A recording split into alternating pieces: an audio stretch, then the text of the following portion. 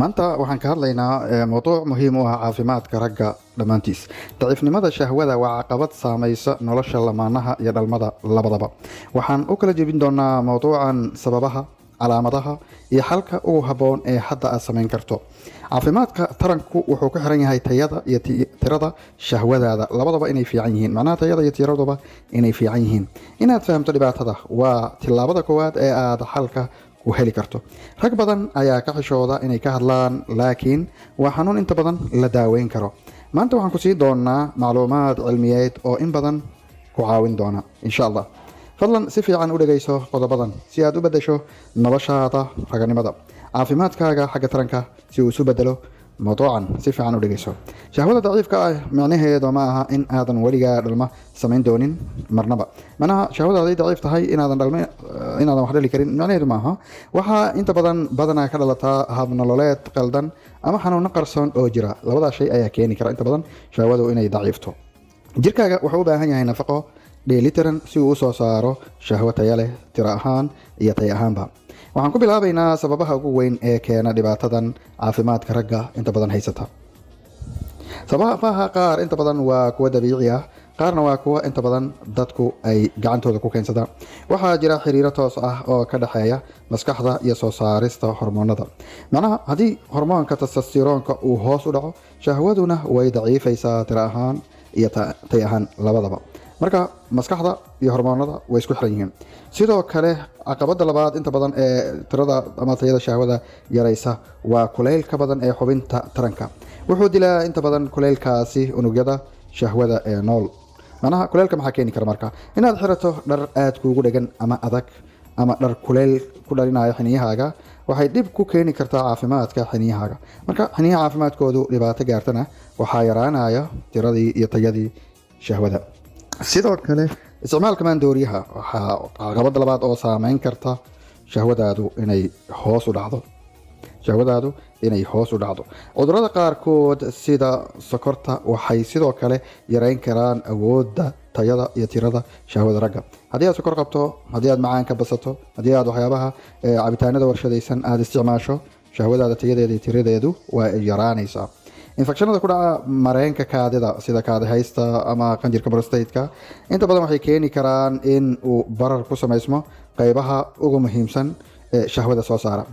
miisaanka sidoo kale waa caqabad. haddii aad cayilan tahay, haddaba la dagaalan miisaankaaga, sababtoo miisaanka xaddaafka ah wuxuu bedelaa dheelitirka hormoonada muhiimka u ah dhalmada iyo taranka ragga. miisaankaaga waa caqabad kale oo saameyn ku yeelan karta tayada shahwadaada iyo tiradaada.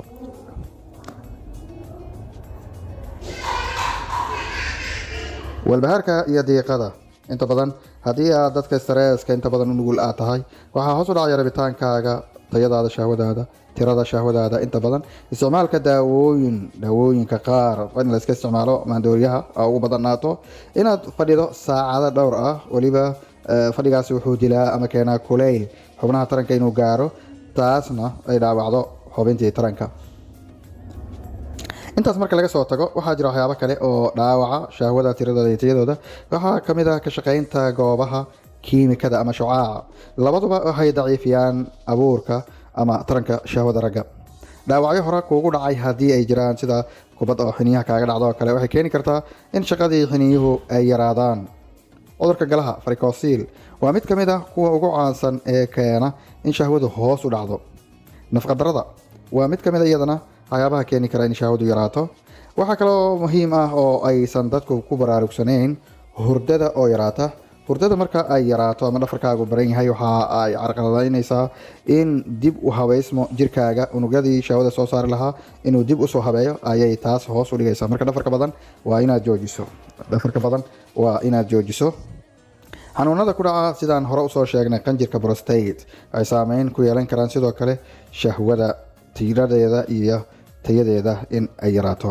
haddii aadan biyo kugu filan caban maalintii 1 litir iyo bar wax ka yar haddaad cabtana, waxaa hoos u dhacaya tirada shahwada iyo tayada shahwada labadaba. intaas waxaan uga gudbaynaa sababaha shahwada iyo waxyaabaha yareyn kara ayaan intaas ku dhaafaynaa.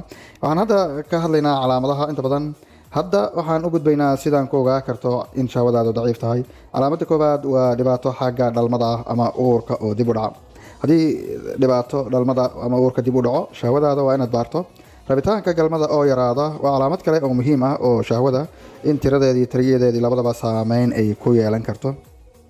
inaad xanuun ama barar ku aragto xiniyahaaga waa qayb saddexaad oo aad ku ogaan karto in aad shahwadaada dib u eegto. in wax ay kugu dhacdo erectile dysfunction ama daciifnimo xagga ragnimada ah inay kugu dhacdo waa qayb kale. timaha wejiga iyo jirka oo bilaaba inay daataan haddii aad timo guran isku aragto shahwadaada waa muhiim inaad baarto. dareeraha shahwada oo noqda mid khafiifa macnaha shahwadu inay u ekaato mid biyo biyo ah sidoo kale waxay keeni kartaa inaad dib isaga fikirto noloshaada. sidoo kale in uu isbedelo macnaha midabka shahwadaadu inay isbedel ku yimaado waa calaamad kale muujinaysa in shahwadaadu dhibaato badan ay ka jirto. haddii aad isku aragto daal joogto ah iyo dabardaro sidoo kale ama markaad samaynayso shaqooyinka maalinlaha shahwadaada inaad baarto waa muhiim. haddii inta badan niyadjab kugu yimaado xilliga jamaaca kadib mararka qaarkood calaamaduhu ma noqdaan in laga sameeyo baaritaan ama shaybaar inta badan ma muuqdaan. marka baaritaan inaad samayso waa muhiim haddii aad rabto inaad ogaato arrintan xalkeeda ugu dambeyso. haddii aad ku aragto marka calaamadahan 3 iyo wax ka badan feejignaaw ha isku fiirin kaliya calaamadahan laakiin waa inaad raadiso xal. dadka qaar waxay u arkaan kuleelka xadhaafka ka imaanaya xubintooda hoose kaadida dadka qaar inay gubto waxyaabahaas xusuusno marka calaamaduhu way kala duwanaan karaan dadka ay ku kala duwanaan karaan laakiin waxa ugu muhiimsan waa in aad adiguna raadiso xalka ugu habboon. xalka iyo daaweynta dabiiciga haddii aan u gudubno qaybta ugu muhiimsan xalka iyo daaweynta dabiiciga wax kasta waxay ku bilaabaan isbedel dhab ah oo aad ku samayso qaabka noloshaada. cuntooyinka inaad cunto qaniga ku ah zinc waxay kordhiyaan tirada shahwada si degdeg ah. inta badan sanjabiisha waxay kor u qaadaa qulqulka dhiigga ee xubnaha taranka. toonta waa mid kale oo muhiim u ah tayada iyo tirada shahwada. lowska sidoo kale wuxuu kaga duwan yahay kuwa kale wuxuu leeyahay dufan caafimaad qaba oo muhiim u ah shahwada. koostada iyo begelka ama salaatada waxay leeyihiin maadada folate oo muhiim u ah iyadana sidoo kalena kordhisa tirada iyo tayada shahwada. cabista biyo badan horaan uga soo sheegaynay inaad 1 litir iyo bar wax ka badan cabto maalintii waa muhiim. malab saafi ah inaad hesho waxay xoog saaraysaa in shahwadaada si xoog leh loo soo dhiso. qorfaha in aad shaaha ku darsato waxay kamid tahay waxyaabaha shahwada tiradeeda iyo tayadeeda kordhiya. jimicsi joogto ah inaad samayso ama socod ugu yaraan 60 daqiiqa maalintii waxay kor qaadaa hormoonka testosterone xoog badan in la soo saaro. fadhiga badanna testosteronka ayuu dilaa. sidoo kale stresska inaad iska yarayso inaad seexato ugu yaraan 7 saac oo xiriir ah habeen kasta macnaha ilaa 10 habeenimo ama 4 saac sida u taqaano inaad seexato 5 ka soo kacdo ama 11 subaxnimo salaada subax inaad ka soo kacdo. sokorta inaad yarayso waxyaabaha burka ka samaysan inaad yarayso.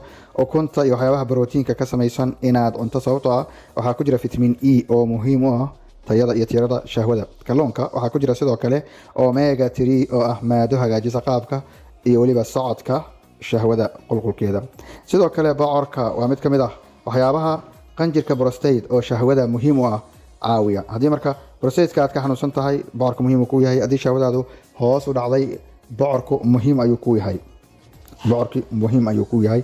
inaad xirato dhar khafiif ah waliba hoos gashiga ama buumaha sidaad u taqaano inaad xirato mid qabow ah oo sida baatiga oo kale waa muhiim. inaadan saarin laptop ama computer dhabtaada inaadan lugaha halka xiniyaha ku aadan inaadan saarin waa muhiim. fadhiga dheer horaan uga soo hadalnay waa inaad ka fogaato fadhi waqti dheer ah waa inaad ku sugaato. waxaad samayn kartaa marka semen analysis wax loo ama in shahwadaada aad baaritaan ku samayso. mararka qaarkood waxaad isticmaali kartaa vitamins ama macdano muhiim u ah tayada iyo tirada shahwada. sidoo kale samirkuna waa muhiim sababtoo ah shahwadu waxay u baahan tahay 90 maalmood in ay shahwo tayo leh ama tiro leh ku samaysanto. marka ha filan marka natiijo degdeg ah haddii aad talooyinkan marka hore aad samayso. daawooyinka inta badan aad isticmaalaysana waxaa u fiican inaad supplements waxyaabaha maadooyinkan zinkiga vitamin D-ga ay ku jiraan inaad isticmaasho. intaas waxaad ku mahadsan tahay dhageysiga iyo daawashada muuqaalkan. waxaan rajaynayaa marka inaad wax badan ka faa'iiday. like saar muuqaalka si saaxiibo badan u gaaro. haddii aad nagu cusubtaana hay loobin inaad subscribe saarto si aan u soo gudbino mawduucan xiga.